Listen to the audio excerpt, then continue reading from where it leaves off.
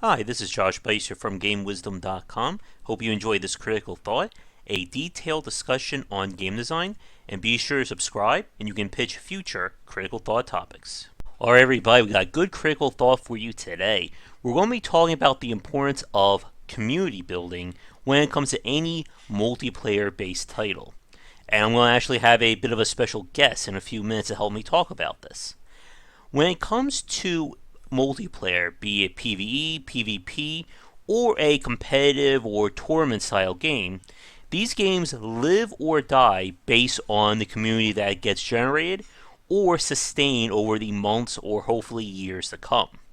Over the last 4 or 5 years, we've seen a number of smaller indie based games trying to take a piece of this pie, be it titles like Frozen Synapse, Monday Night Combat, and so many more that I can't even think of in the back of my mind right now. But a lot of these games have died out. We really don't hear about them anymore, and if there are still people playing, it is the hardcore niche. And that, despite sounding like a success, is what you never want to see for a competitive based title. And the reason has to do with the post I put up today, which you'll find a link down below. When it comes to a community or building a multiplayer game, there are always two groups of people who will play your game regardless of the genre, design, platform, etc. On one hand, you have the casual slash core people. These are the fans who play your game. They're not going to be playing this game professionally, and their skills can range from being brand new to enjoying the game enough that they can play it competently. They aren't going to be the people who play your game 10 to 12 hours a day. They may play maybe a few minutes during the day. Maybe they're playing with their friends, so they'll get a call or an email from their friends one night saying, "Hey, you want to play this? Let's do it." And these are the people, they don't care about, the extreme level, the min-maxing, decimal point number crunching that goes into competitive CSGO, League of Legends, insert your game here. The other group of people, these are the hardcore, the elite. They are your professional players. If you have a ranking system, these are the people who will probably be in the top 100, top 1000, depending upon what your player base is. These are the guys who are dedicated to your game. They're the ones who will learn your design inside out, and chances are they are going to be the people who will make up your competitive or esports scene. These are your PR Balrogs, Long Island Joe, Sonic Fox, insert CSGO or League of Legends team here. But these are the people who are going to build your competitive side of your community around. With that said, they are the last people you want to focus on when building a community. And I know that sounds weird. Why should you not cater to your hardcore like that? Why should you focus on your core and casual? And the reason is very simple. You already have your hardcore people. The guys who play these games professionally, outside of some grand misstep by you or some massive change in the esports meta or anything like that, they're going to stick around. But the core and the casual fans are always in flux. And this is very important to understand. You need to have people coming into your game. This is all the more so if you have it based on a progression system or some kind of growth that is dependent on the players. Another point is if your game is strictly focused on multiplayer. Stuff like Payday 2, Evolve, Team Fortress, and so on. If these games lose their community, the games are dead. If there's no one around to play your game, then your game will not survive. It doesn't matter if you have 20 years worth of content in your game if no one can find anyone to play with. And this is one of the major risks of games as a service or that kind of long-term game development. You are banking on creating months onto years worth of content and hoping you have people there to play it and buy it. If you only have like your 3 or 4% of your competitive elite playing, that's not going to be enough to generate the income you need to keep going. Yes, there are going to be people who like your game, they're going to buy a little bit, but you will never, ever, ever hit the amount of money that something like Overwatch makes, or League of Legends, or even Team Fortress.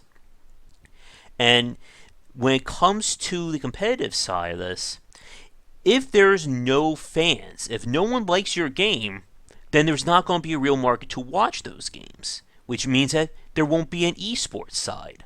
You basically have people who are all dressed up and nowhere to go. And in that case, your game is just dead on every front. And when it comes to building a community, like I said, it depends on the game and the design in question. If your game is just strictly like PvE or PvP with no real persistence, then usually these games are very welcoming.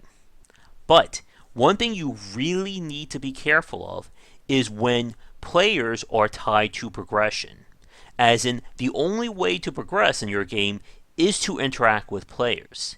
And when that happens, your community becomes all the more important.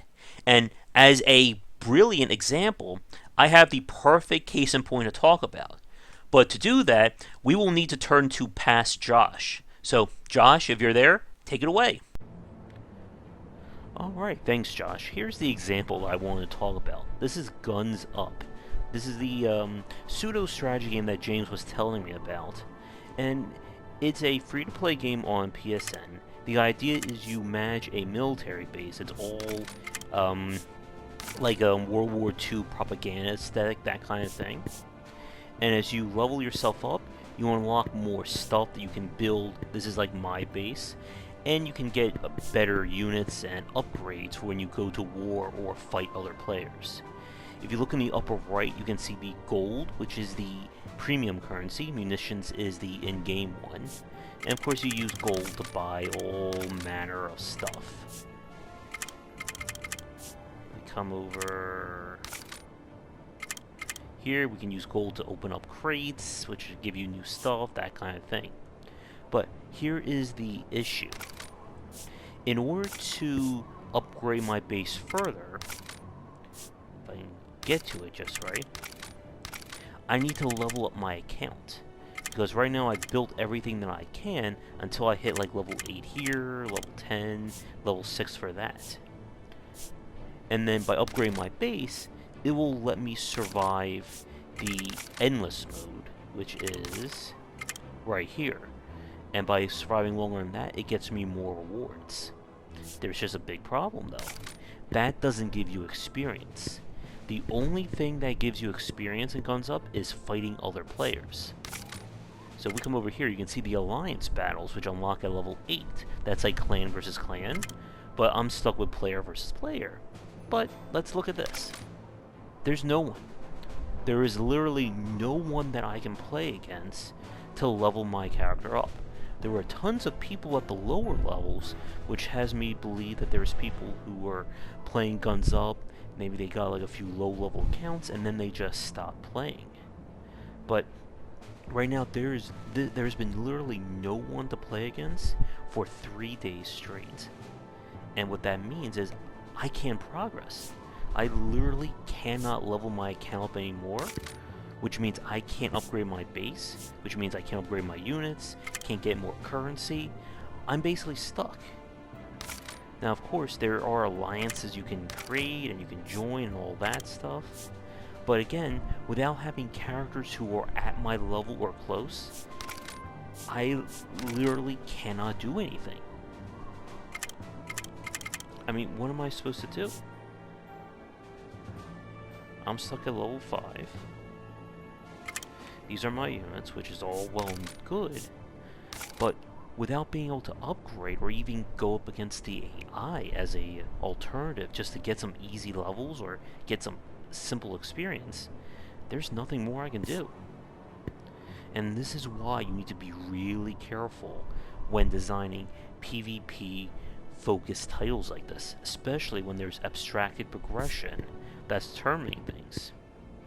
Like again, if I could just play on my own or use my own skill to win, then maybe I can supersede things. But because everything is abstraction based on the in-game characters and your levels, I am literally stuck right now.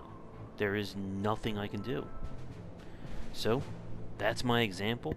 We will send this back over to Josh, who is talking to you probably right now. Thanks, Josh. Past Josh can be a bit of a jerk, but I'm sure he made some good points. But with any game built on a community or trying to build progression around abstract elements, you need to have a stable and circulating group of players, or you'll run into a situation just like that, where I literally can't play this game anymore. It doesn't matter if they keep adding in more content for the elite, they keep, raising the progression curve, if the entire middle has completely bottomed out. And this is going to be very telling for a game like For Honor. As we've talked about many times before, For Honor has a persistence element with the gear you get and the levels that you grow up. But without any effective matchmaking system, you can have level 3 players going up against level 20 players. And when the abstraction of the gear comes into play, it's going to piss off a lot of new people.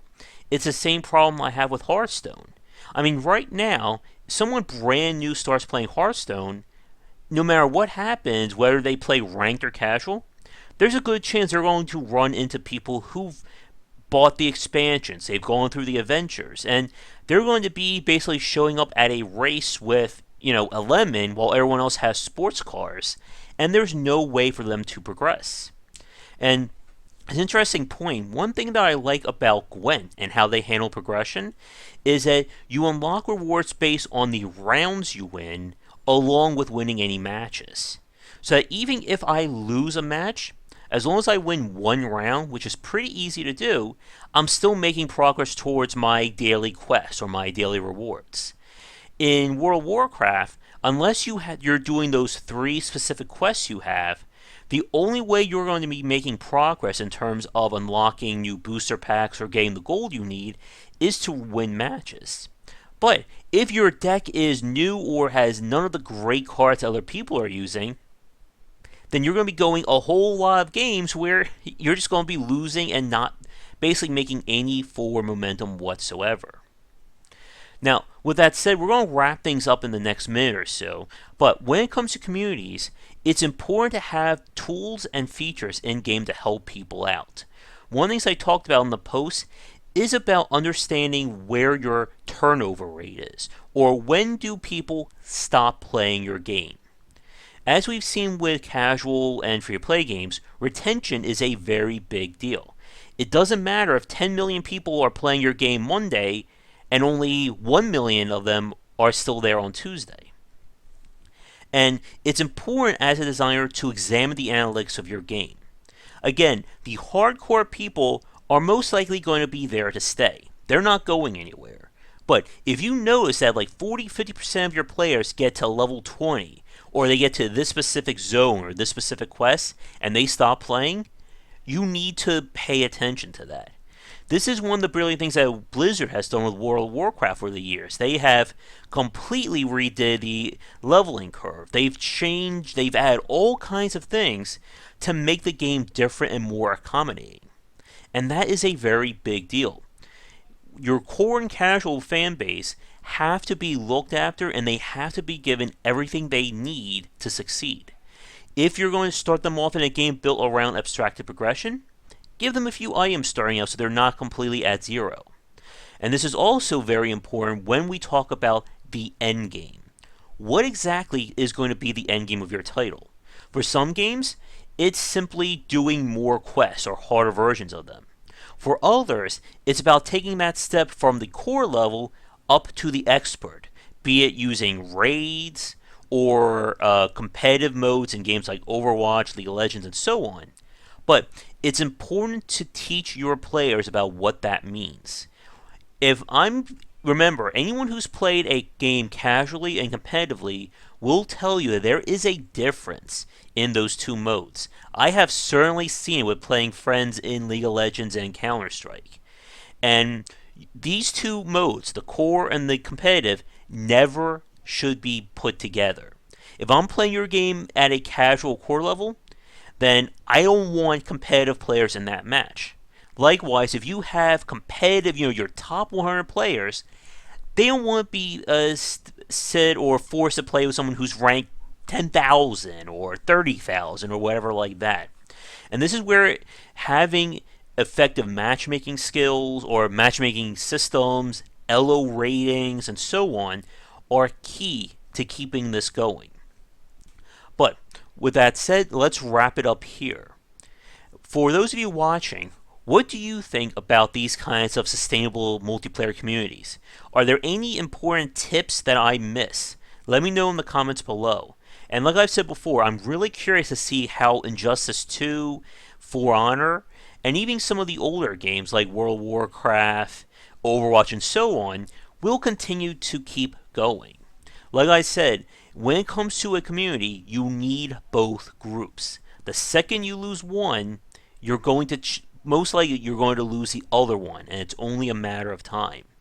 And as we've seen over the years with games such as Evolve and so on, having a hardcore, just a one small group of people who love your game is not enough to sustain it, especially when you add in development costs of new content, server maintenance, paying people to do all this stuff, and so on. And this is why I don't have any examples near me. And this is why so many multiplayer-based games tend to drop out. Because most people only have time to play one or two of these games. Very rarely you will not find someone who plays World of Warcraft, EverQuest, The Secret World, Overwatch, DC Universe Online, all at the same time. Most likely, if someone gets tired of World of Warcraft, they're done with MMOs. They will most likely not switch to something else. The same goes for what we've been seeing lately with team-based multiplayer games like Overwatch, Battleborn. I think Epic is working on Lawbreakers or something along those lines. And while a lot of these games have strong openings, the real telling point is where they're going to be in 1 year's time. And like I said, I'm going to keep my eye on For Honor and see what happens. But with that said, we're going to end things here. Thank you again for watching. Be sure to like and subscribe if you're new. And if you have a suggestion for a critical thought, let me know.